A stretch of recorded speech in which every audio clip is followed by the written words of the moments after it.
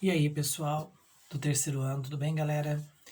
Vamos para o vídeo de orientação das atividades da semana 3. Passando rápido, hein? Muito bem. Nessa semana 3, o tema abordado continua sendo a República Velha, o período lá dos coronéis, só que dessa vez o foco é a economia. E naquela época, a principal fonte econômica era o café. Era o produto de maior exportação do Brasil. Claro que o Brasil não vivia só do café. Nós tínhamos a borracha, nós tínhamos o açúcar, nós tínhamos uma série de outros produtos. Mas o café liderava as exportações. Portanto, o Brasil era considerado o rei do café.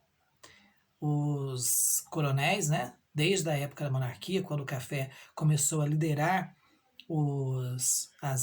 a lista de exportações, de produtos de exportação do Brasil, eles eram chamados de barões do café. E o café continuou, mesmo depois que mudou de regime, a dominar a economia brasileira. Somente na década de 1930, com uma política de industrialização do governo Getúlio Vargas, uma política trabalhista, onde se incentivou a criação de cursos técnicos para preparar profissionais para trabalhar nos mais diversos ramos industriais, é que o Brasil deu uma diversificada maior na sua economia. Mas até então, o rei da economia, o rei do dinheiro que dava lucro para o governo brasileiro eram as exportações de café. Então, o que acontece? Ele fala, né, num textinho, ele começa a atividade falando de um pouquinho sobre o café e logo vem a primeira questão. A primeira questão, a primeira atividade, né, a gente fala questão, mas é a atividade 1 da semana 3, ele pede para você ler, linkar, tem um link lá de um texto e de um vídeo. E aí ele pede para você ler e assistir o vídeo e depois falar quais eram os problemas que os produtores de café enfrentaram na época da República Velha, na época da Primeira República, os produtores de café e os empresários. Por quê? Porque a partir da década de 1920, mais precisamente após a Primeira Guerra Mundial, começa a haver realmente um crescimento da indústria no Brasil. Embora vai haver uma política governamental somente a partir do governo do Getúlio Vargas, na década de 30, mas antes disso, alguns imigrantes italianos ou de outros países, e até mesmo alguns fazendeiros de café, começam a investir em outros setores. E o setor que mais passa a ser investido além do café é o setor industrial, mas são aquelas iniciativas próprias de quem tem dinheiro, tem capital e quer investir. Não era uma política pública, governamental de incentivo à industrialização. Para quem fez a atividade impressa, a leitura, o texto eu coloquei impresso para que você pudesse responder a essa questão. Tá joia? A letra B pede para explicar também como é que o governo brasileiro passou a atuar para resolver esses problemas enfrentados entre o café e a indústria, porque são áreas econômicas bem distintas. E com um pequeno detalhe, quem mandava na política eram os fazendeiros, eram os coronéis, portanto era a turminha do café. Na área industrial, não havia uma força política, e era justamente essa força política que os empresários estavam começando a cobrar, querendo um governo que realmente atendesse a seus interesses econômicos, que a indústria não ficasse relegada ao segundo plano. Então, lendo o texto e vendo o vídeo, você consegue detectar o que o governo brasileiro passou a fazer para tentar equilibrar as coisas, atender aos cafeicultores, já que os próprios presidentes eram cafeicultores, e também atender à indústria, que vinha numa crescente ano após ano. Como eu disse, e eu repito, os que pediram impresso tiveram um texto colocado no lugar do vídeo e as perguntas estão diretamente relacionadas ao texto que eu coloquei. Então não tem problema. É só olhar, quem pegou impresso, é só olhar no texto que está antes dessas perguntas que vai achar as respostas do mesmo jeito.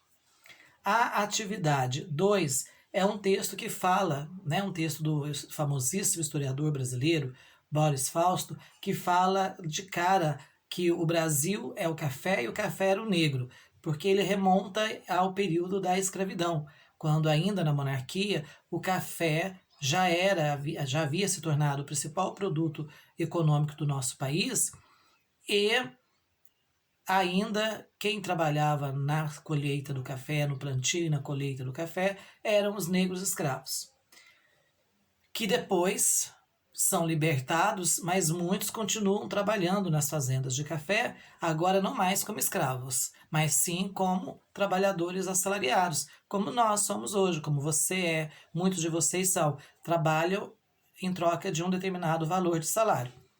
Beleza? E aí ele dá 3 alternativas, a 1, a 2 e a 3, e pede para a gente assinalar quais delas ou qual delas estão ou está correta. Tá joia? Então você vai ler a alternativa 1. O café brasileiro se desenvolveu com o uso exclusivo da mão de obra do imigrante europeu nas fazendas de Minas e São Paulo?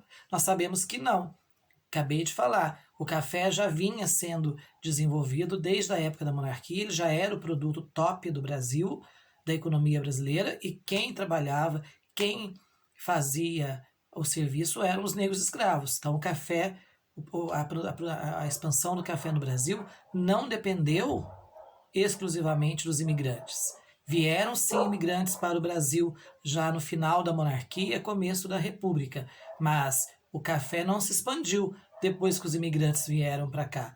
O café já era um produto top, era o líder das exportações com o trabalho escravo africano. A alternativa 2. O tráfico de escravos sofreu um incremento dado a necessidade da mão de obra para as lavouras do café? Muito bem.